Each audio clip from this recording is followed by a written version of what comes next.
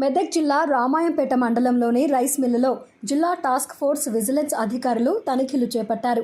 జిల్లా కలెక్టర్ ఆదేశాల మేరకు విజిలెన్స్ టాస్క్ ఫోర్స్ బృందం సాయిగీత రైస్ మిల్లో రికార్డులు తనిఖీ చేశారు.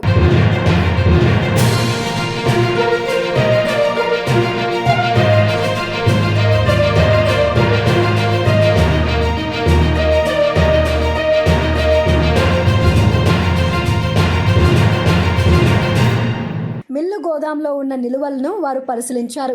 ప్రభుత్వం సరఫరా చేసిన ధాన్యం నిలువలు పరిశీలించి వారు అందించిన సిఎంఆర్ రైతు రికార్డు పరిశీలించి పూర్తి స్థాయిలో అధికారులకు నివేదిక సమర్పిస్తామని విజిలెన్స్ అధికారులు తెలిపారు.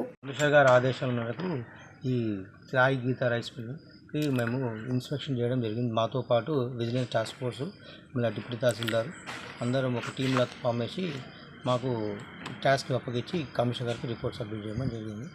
దాని మూలంగా మేము ఈరోజు ఇక్కడ మిల్కి వచ్చి గోడౌన్స్ ప్లస్ మిల్ తనిఖీ చేసి ఇలా ఒడ్లు అన్నీ లెక్కగా చూసుకొని కమిషనర్ గారికి రేపు అట్లా రిపోర్ట్ సబ్మిట్ చేయడం. కన్సర్న్ జిల్లాగా సాయి గీత రైస్ మిల్కి ఒక హెడ్ ఆఫీస్కి వెళ్ళి టీం ఫామ్ చేసి పంపించడం జరిగింది.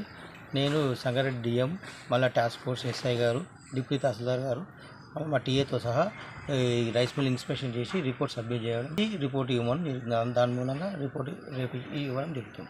అంతా తనిఖీ లెక్కలన్నీ రెడీ చేసుకొని వెరిఫై చేసి అప్పుడు రిపోర్టు సబ్మిట్